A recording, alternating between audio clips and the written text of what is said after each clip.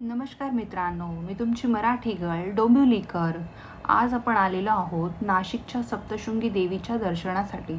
चला तर जाणून घेऊया त्याबद्दल थोडीशी माहिती. सप्तशृंगी गड हे महाराष्ट्रातील नाशिक जिल्ह्यातील वणी येथे असलेले एक प्रसिद्ध सुंदर मंदिर आहे.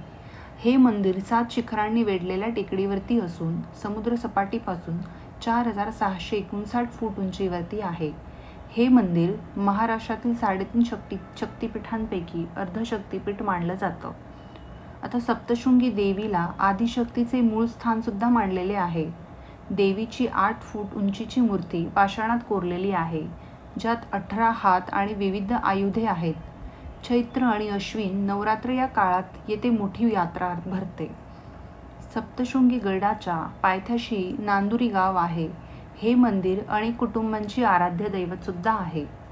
आता सप्तशृंगी देवीचे मंदिर हे महाराष्ट्रातील एक महत्त्वाचे तीर्थक्षेत्र सुद्धा आहे, जिथे दररोज हजारो भाविक आणि पर्यटक दर्शनासाठी सुद्धा येतात. आता इथून आपण एंट्री केल्याच्या नंतर तुम्हाला समोर तिकीट घर दिसणार आहे. त्या तिकीट घरामध्ये आपण तिकीटसुद्धा काढून घेणार आहोत. इथे 12 ते 75 वर्ष गटातील व्यक्तींसाठी 120 रुपये तिकीट आहे. तसेच 3 ते 12 वर्षाच्या लहान मुलांसाठी इथे 60 रुपये तिकीट आहे. आम्ही सुद्धा तिकीट घेतलेलं आहे आणि चला आता आपण एंट्री करणार आहोत आतमध्ये.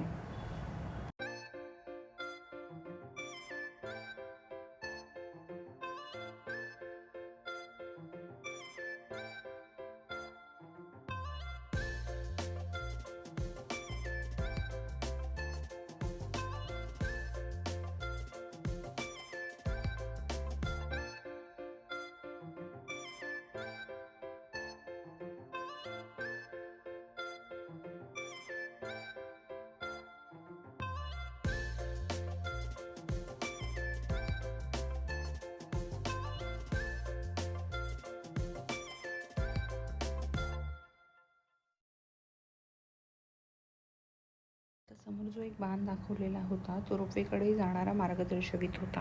मी तर खूप एक्सायटेड होते रोपवेने जाण्यासाठी. चला तर बघूयात. इथून आतमध्ये प्रवेश केल्यानंतर दर्शनासाठी आलेल्या भाविकांची गैरसोय होऊ नये म्हणून गर्दी कारणामुळे इथे त्यांनी व्यवस्थित अशी खूप सिटिंग अरेंजमेंटसुद्धा केलेली होती, जेणेकरून भाविकांना कोणताही त्रास होऊ नये, करून त्यांचं दर्शनसुद्धा खूप चांगलं होईल. पुन्हा आपण इथे एंट्री केल्यानंतर आपल्याकडे जे तिकीट काढलेलं होतं ते तिकीट आपण इथे चेक करून घेणार आहोत.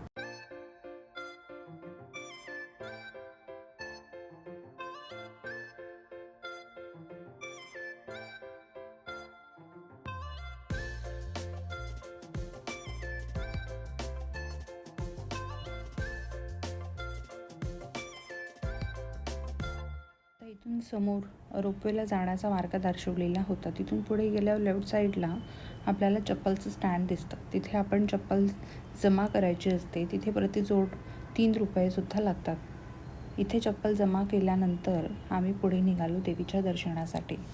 आता इथे खूप सारे स्टॉल्स होते, जिथे प्रसाद मिळत होता. देवीला घेऊन जाणारी ओठी, साड्या, नारळ ह्या सगळ्या गोष्टी तिथे उपलब्ध आहेत.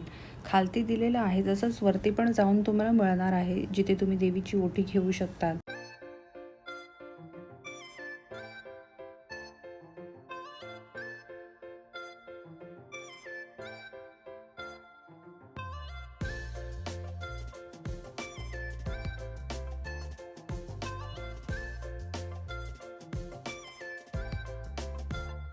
मित्रांनो, तुम्ही बघताय ना, इथे सुंदर अशी एक ट्रेन आहे आणि या ट्रेनमधून आपण फक्त अवघ्या 5 मिनिटामध्ये अख्खा पूर्ण गड चढणार आहोत.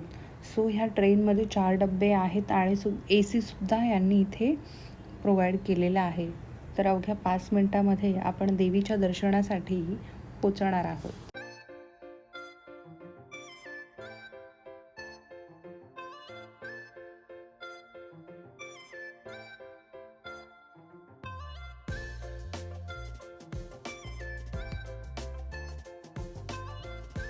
फायनली आम्ही इथे रोपवेमधून उतरलेलो आहोत आणि तुम्ही बघू शकता की देवीच्या दर्शनासाठी इथे किती गर्दी आहे. इथे रोज हजारो भाविक देवीच्या दर्शनासाठी येत असतात.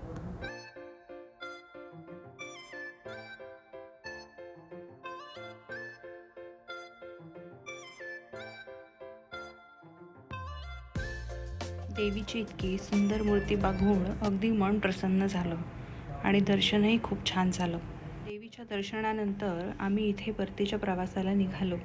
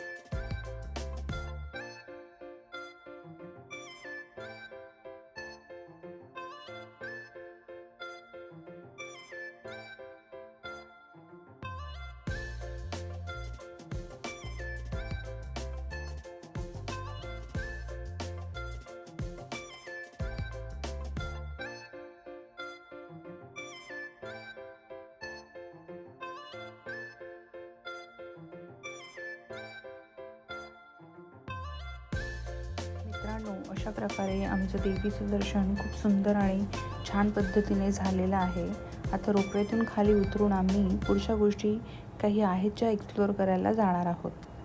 पुढे गेल्यानंतर तुम्हाला खूप सारे स्टॉल्स पाहायला मिळतील, जिथे तुम्ही खूप सारे शॉपिंगसुद्धा करू शकतात, छान प्रसादी घेऊ शकता.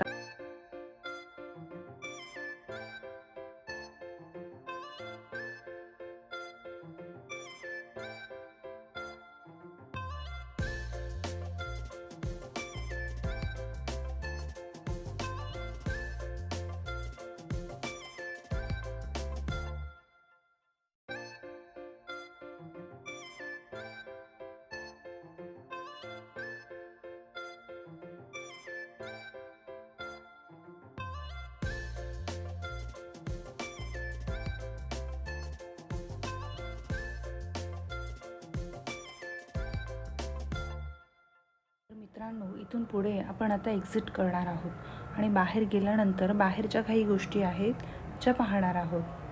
पुढे एक्झिट घेतल्यानंतर राईट साईडला तुम्ही बघू शकतात की इथे लहान मुलांच्या खेळण्यासाठी एक अम्युजमेंट पार्क आहे.